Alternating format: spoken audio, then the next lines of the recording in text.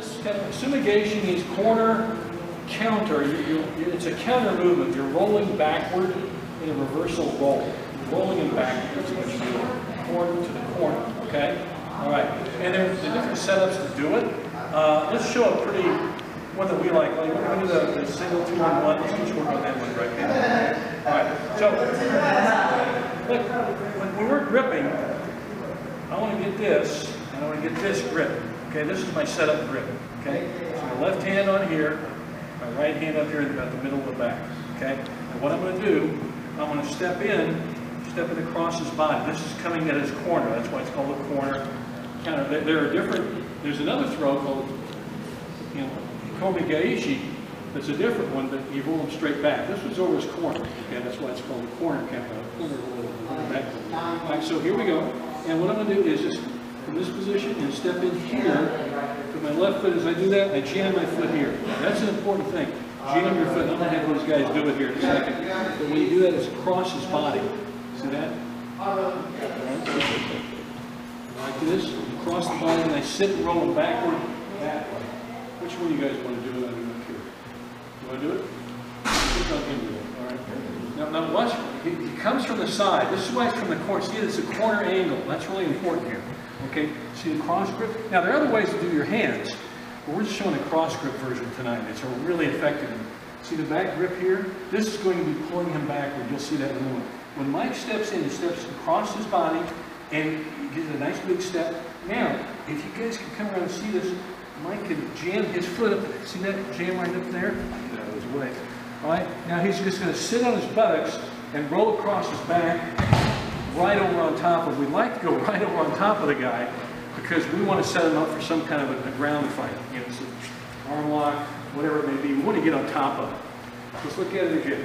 Comes across, jams the foot in, rolls back, comes right on top. Now you can do this without landing on top of the guy, but it really does help if you do. And you basically put yourself in a big ball. That's what you do, and you bring him along for the ride. That's really what it is. One more time. So let's look. The setup is here. Now, can you see this? Now, when Mike does this, fix his gi. See how he steps in? Come out really further. You might be fighting for a grip or whatever, and there you go. Now, see that space? He fills that up with his foot, steps back in, sits, comes right up. Okay, that's corner counter. Sumi Gaeshi, we like to finish with that because you're on top of him, you can pin him, or you can go right to the juji, which is a perfect situation. Okay, now a lot of guys get kind of fancy here. Okay, they try to do all kinds of stuff. That's cool. Like if he doesn't have a gi on, I'm going to have to figure out a way to hook him in like a no-gi situation. But he's got this great jacket that I can use to manipulate him. Okay, so when we're fighting and everything, I'm going to get this grip, and I'm going to get to his outside. I'm going to get the outside of his body here. If I stand here in front of him, I can do this throw, he can scoop me.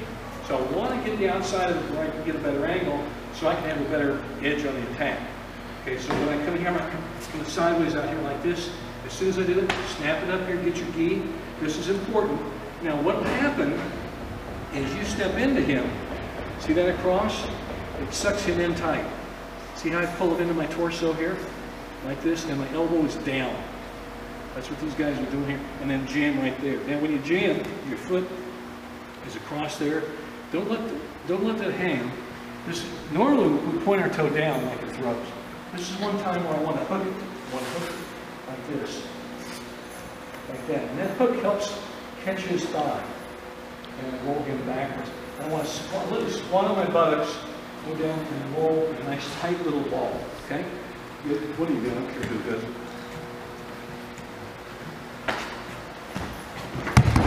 Right on top.